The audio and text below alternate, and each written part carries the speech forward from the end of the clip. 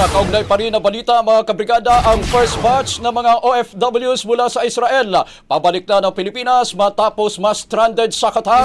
Brigada Jigo Custodio, i-brigada mo! Brigada Live Report.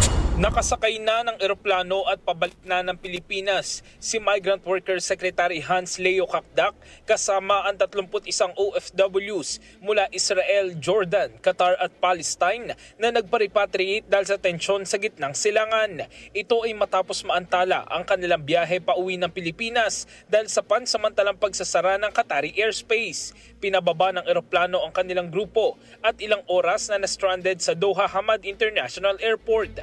Agad naman silang nakasakay ng eroplano matapos muling buksan ng himpapawid. Nagpasalamat naman ang DMW sa mabilis na aksyon ng Qatari Ministry of Interior at pinaalalahanan ng publiko, lalo na ang mga OFW sa gitnang silangan, na manatiling kalmado, mapagmatyag at huwag agad maniwala sa mga hindi beripikadong impormasyon.